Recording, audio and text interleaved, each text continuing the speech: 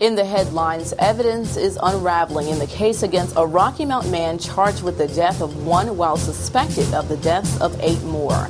Rocky Mount police are proving that the city is on the rise with their latest technology to detect gunshots as soon as they happen. And cleaning up isn't hard to do. Volunteers in this year's annual North Carolina Big Sweep Cleanup Day will prove that. These stories and more coming up on NewsBreak starting now.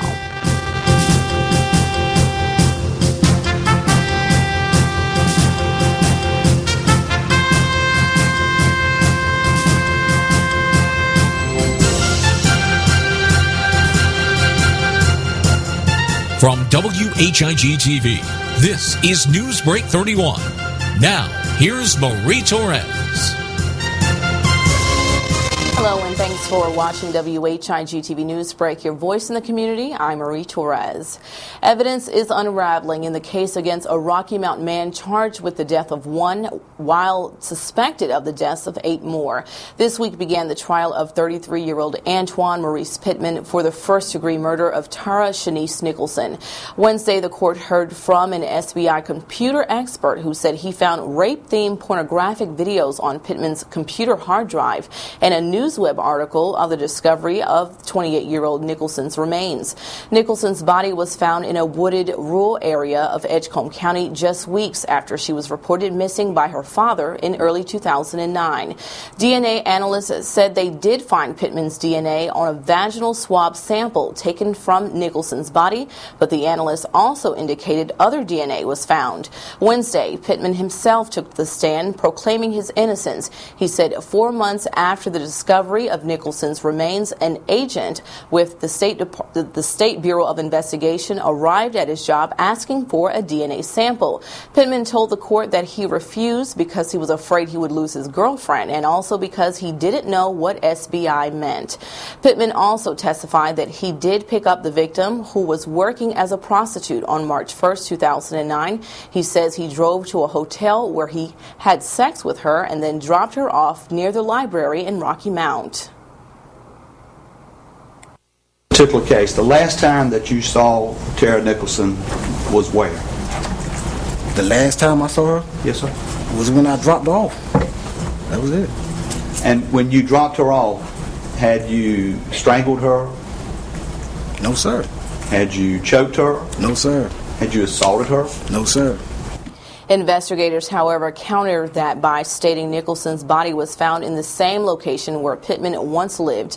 According to Edgecombe County Sheriff James Knight, Pittman is a suspect in numerous other murders of women who fit a similar profile as Nicholson. Their bodies, too, were dumped in areas Pittman once resided. Evidence in those cases will not be heard in this trial.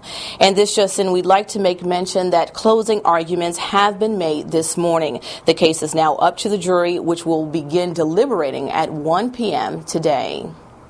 In our crime report, police bust an alleged drug dealer in Rocky Mount. They say late Monday night they arrested 37-year-old Tori DeCarlos Joyner during a traffic stop at the intersection of West Thomas and Middle Streets. Through further investigation, police say Joyner was charged with failure to burn headlamps, no operator's license, possession with the intent to sell and deliver marijuana, maintaining a vehicle for the purpose of drug activity, possession of 16.2 grams of marijuana, and possession of drug paraphernalia. Joyner was jailed under a $3,500 secured bond. Rocky Mount police are proving that the city is on the rise with their latest technology to detect gunshots as soon as they happen. First announced in early 2010 by former Chief of Police John Manley is the latest advancement, the gun sensor program. Sergeant Kevin Byrne, whose 14 years with the PD and prior background in technology, helped solidify a federal grant to instill the sensor program. Inside police dispatch quarters, Byrne showed us this week how it works. What we got, it's called ShotSpotter. It's a company called ShotSpotter, and it's a gunshot location system. And what it does, when a firearm's fired in the city, it picks it up and tells us instantly where that shot's coming from, what direction the person's traveling, if they're firing while they're moving. And it also shows up in the police officers' cars as well as dispatch where we're sitting. So everybody kind of knows what's going on the way to the call. We are the first in North Carolina to get this technology. It has been installed in other major cities across the U.S., but we're the first to get this specific new type of system. We're hoping it's going to reduce gun crime by a lot. We've already seen huge success. It's been on since July. We've made arrests. We have pending arrests. We basically, once a shot is fired in the city, it stays on the computer. We can go back months and months after that and look at it and hear it, see specific addresses that the shots came from. Well, in the past, if a gunshot went off, we'd rely on citizens to call into dispatch and tell us, hey, there's a shot going off, if we weren't within hearing distance of it. With this, regardless if anyone calls in, the system's going to hear it, and dispatch is going to know instantly, the officer's going to know instantly, and with that, he's going to have he or she'll have a situational awareness as they go toward that call. What you see here, this is the idle screen for ShotSpotter. This is how it sits when nothing's going on, when no shots are being fired or detected.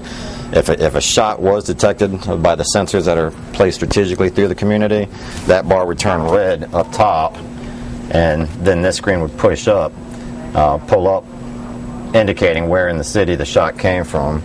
As you can see, this is a basic overlay map here of different shots. The red with the M in the middle of it means multiple gunshots were heard.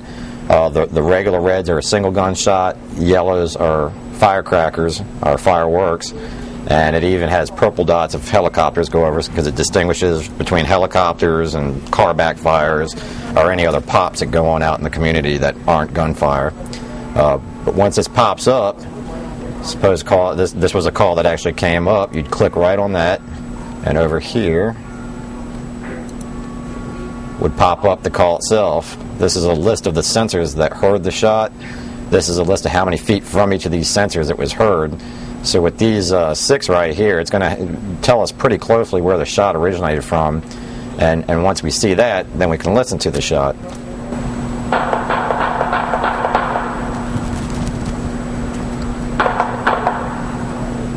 So, as you can see, officers, when the call comes up, they can listen to that real quick before they get going there and have an idea if it's one gun, somebody firing, if it's 2 or more guns.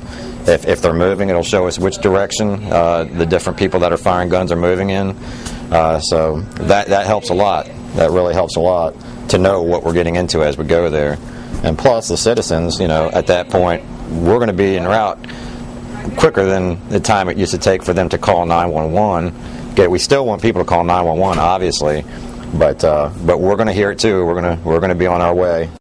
Burton said the $35,000 federal grant, with the help of $12,000 more local taxpayer dollars, has made a significant difference, one that will be fully calculated by next July. The PD is already analyzing the decrease in response time to gunshots and may have a preliminary report out in the upcoming months. Byrne, who began working on the grant in 2008, said the technology is something right out of military history. U.S. troops during the Iraq-Afghanistan war used it first to detect enemy snipers in the rugged terrain of that region. And come next May, there will be 2 sets of ballots that will include a constitutional amendment about banning same-sex marriage. For the May 2012 primary, the state will print one for 17-year-old voters and one for everyone else. State law says you have to be 18 years old to vote. However, 17-year-olds who will be 18 by the time of the November 2012 election are able to vote in the primary. And since the amendment is not a primary and is simply a one-time ballot question, 17-year-olds will not have the option to vote on it. Though same-sex marriage is already illegal in North Carolina, a constitutional amendment defining marriage as a union between a man and a woman would make it more difficult to undo the law. When we return on Newsbreak, hear where debris from Hurricane Irene is going, and we'll have the latest on our local Big Sweep event coming up this weekend. These stories right after these words.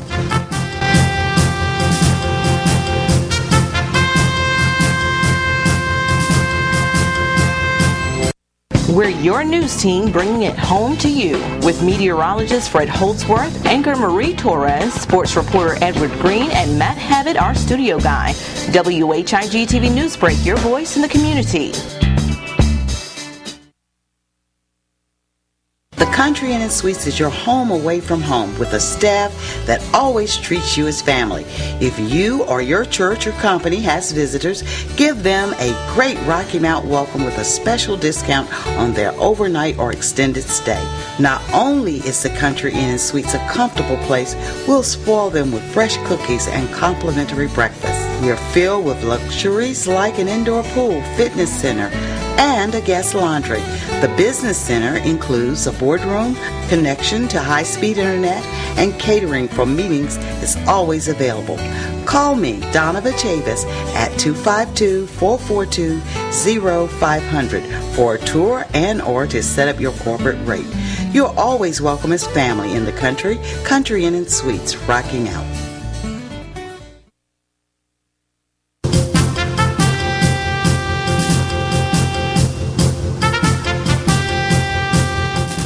Welcome back to WHIG-TV Newsbreak. I'm Marie Torres. A special announcement from the Federal Emergency Management Agency to Wilson residents. They say in an effort to further help survivors with property damage and other setbacks from Hurricane Irene, a short-term disaster recovery center will be open in Wilson beginning today at noon and will be open Friday through next Monday from 8 a.m. to 7 p.m. Wilson residents can go to the old Vester Toyota building at 900C U.S. Highway 301 North. Representatives from various emergency agencies will be there to assist you. A month after Hurricane Irene pounded Rocky Mount, debris cleanup efforts are still in full gear. Wednesday, Blair Hinkle, the Assistant Director of Public Works, told us of an operation that is making cleanup cut and dry. Temporary debris reduction site, and this is where we're bringing all of the debris that we're collecting from the side of the road, the debris caused by Hurricane Irene. Okay, and tell us basically why it's important to have this type of setup. Well, when we first started collecting debris, the trucks would load and then have to drive the 20 miles all the way out to the landfill to unload before they could return and start collecting more debris. With this site being in town, we're able to make that turnaround time much shorter. So it's allowed us to get a lot more debris off the street much more quickly. Okay. And tell us how the whole setup is. I see some blocks of wood over here, right, and the topping here. Right. That's how that works. So what we're doing is the trucks come in and they unload their debris, and then behind me you may see a front end loader or an excavator that's picking that debris up, putting it in a chipper, and that way, once it runs through the chipper, the volume of the debris is reduced by about 75%. So it allows us to haul it to the landfill much more efficiently, much more quickly, and so it really speeds up our operation. Okay. And who all is taking part in helping this? This is our prime contractor for the debris operations is Crowder Golf, and they are managing the whole operation as far as debris collection. Now the city has a group of monitors that is following those trucks around and making sure that what's going into the trucks is proper material, is hurricane related, and also our monitors are the ones that are actually recording how much debris is actually being collected. All right, and just finally, tell us when this about started and how soon you think all of them will be finished. We started the collection operations a week from the Tuesday after the storm, so if that makes sense. The storm hit on a Saturday. The following Tuesday is when we actually started collecting, and we hope to be finished with the first pass of collections later this week. And we hope to start the second pass for vegetative debris on Monday, which will be October 3rd. And it is our hope that we can be done with that second pass by the end of next week. That's not to say that our contractors won't still be around after that date should we need to go back out and pick something else up for a very small, limited time. But we certainly are urging folks, if they haven't gotten their debris out to the street yet, this is really going to be their last opportunity and our last opportunity to have the contractor pick that debris up.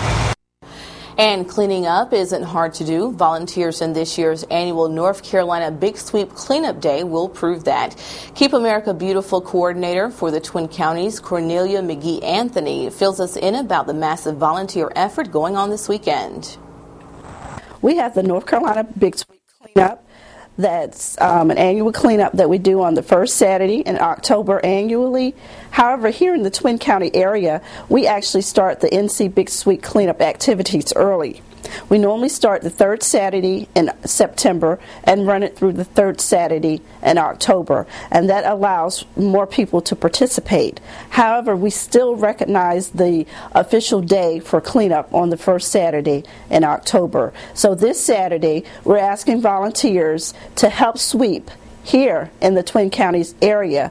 You can meet at Battle Park Boat Ramp here in Rocky Mount at 9 a.m., or you may meet at Riverfront Park Boat Ramp in Tarboro at 9 a.m. on Saturday, this coming Saturday, October 1st. It's an important one because this is North Carolina Big Sweep Cleanup 25th anniversary, and we're seeking 25,000 volunteers.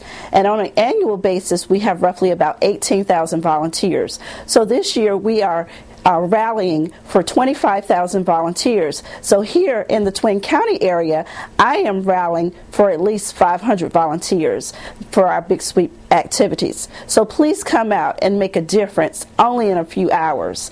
The importance of North Carolina Big Sweep is that it originally started off in 1987 as a beach sweep or beach cleanup. However, it has expanded since that time, and it's cleanup not only for is at the beach, but also throughout North Carolina, regardless if you live on a beach or have beach or waterways near you. We're focusing on waterways as well as land areas for the cleanup.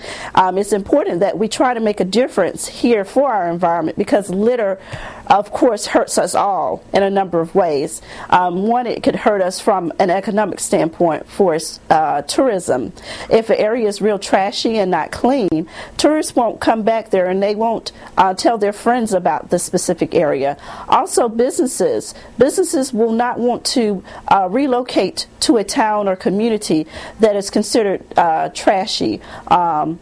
And then secondly, while litter hurts us, it hurts us from a human health, it can be a human health hazard, meaning from a standpoint of one, if there's litter along our waterways or our land, it can possibly contaminate our water supply. We basically ask that they wear comfortable clothes, wear closed-in shoes, they may bring a hat, they may want to wear insect repellent, but we basically just ask them to come out, and Keep America Beautiful will provide them with the cleanup supplies. We will provide the orange bags for trash, blue bags for recyclables, safety vests that we ask all our volunteers to wear because safety is definitely important. We also ask them to wear orange gloves or blue gloves. So we provide those gloves to the volunteers.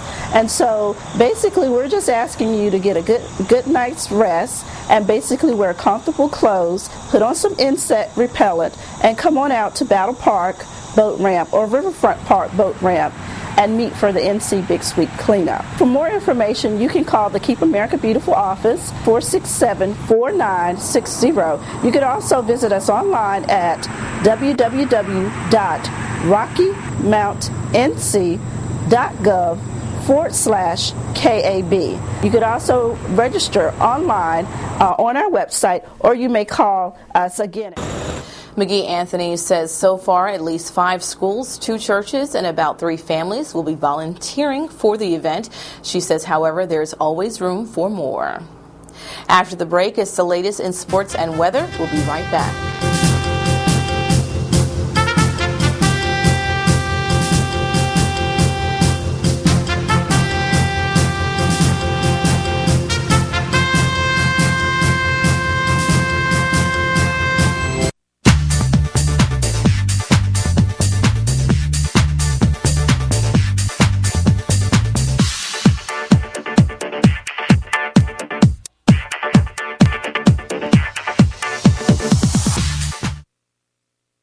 Country Inn & Suites is your home away from home with a staff that always treats you as family. If you or your church or company has visitors, give them a great Rocky Mount welcome with a special discount on their overnight or extended stay. Not only is the Country Inn & Suites a comfortable place, we'll spoil them with fresh cookies and complimentary breakfast. We are filled with luxuries like an indoor pool, fitness center, and a guest laundry.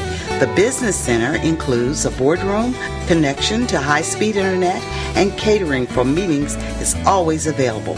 Call me, Donna Chavis, at 252-442-0500 for a tour and or to set up your corporate rate.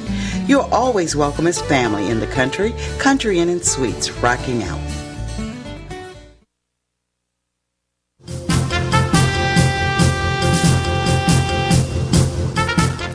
And we're back with a look at weather. Here's WHIG TV meteorologist Fred Holsworth with a look at the 5-day forecast. Fred? Chance of a shower early this afternoon and then becoming sunny with a high of 85, west wind 10 to 15.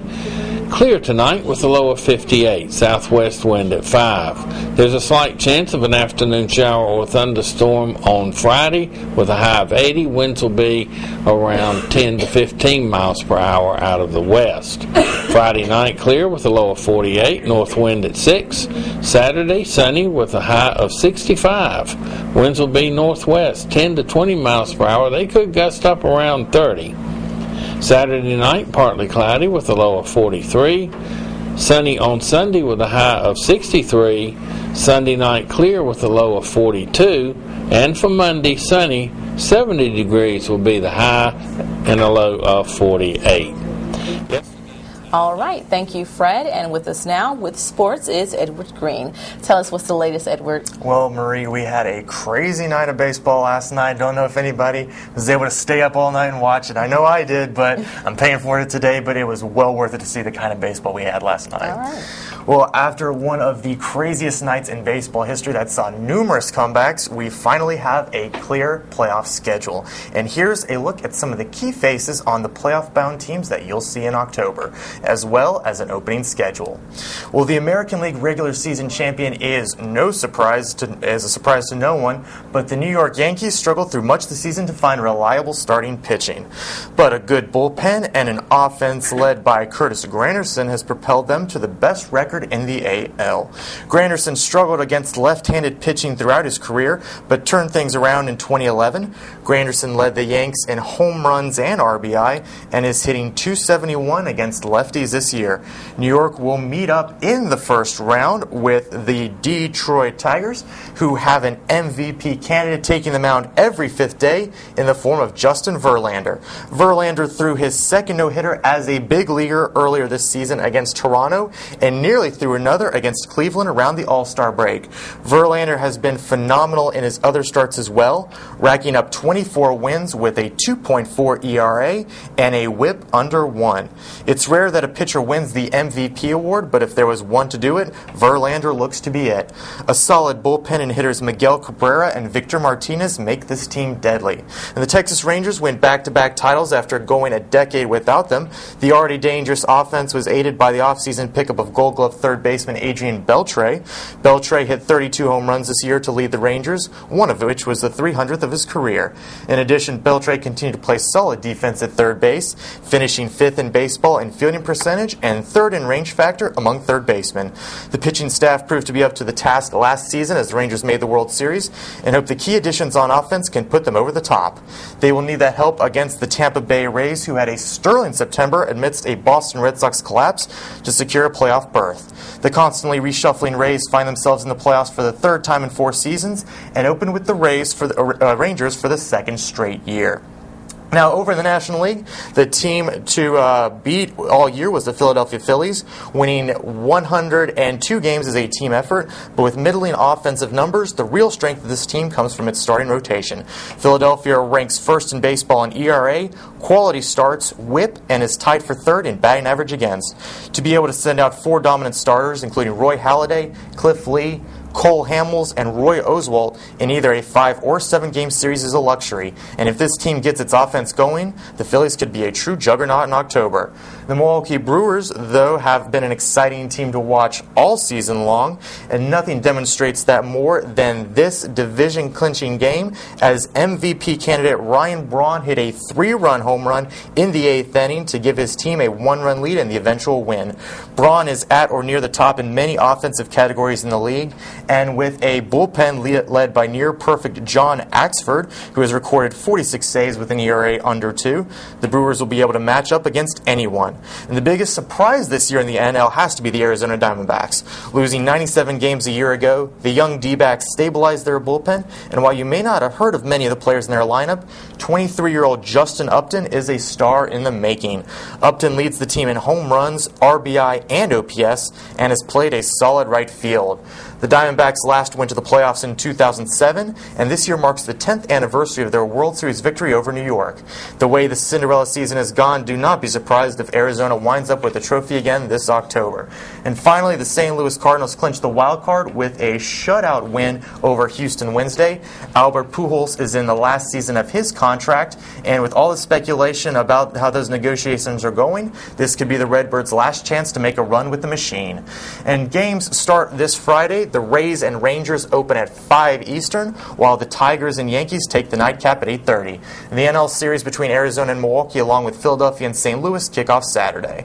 Want to quickly now run through some high school football news. First off, the results from Monday's makeup games. Northern Nash lost a heartbreaker to Tarboro 12-7. The Knights had first and goal with under 2 minutes to play, but failed to get it in the end zone. And Southwest Edgecombe picked up its first win of the season, pounding Farmville Central 43-14. Now this week's schedule is back to being full. Southern Nash opens Big East play, looking to stay perfect at Fike. Nash Central and Rocky Mount meet in a battle of 2 surprise teams. Southwest Edgecombe goes for win number 2 at home against Beddingfield.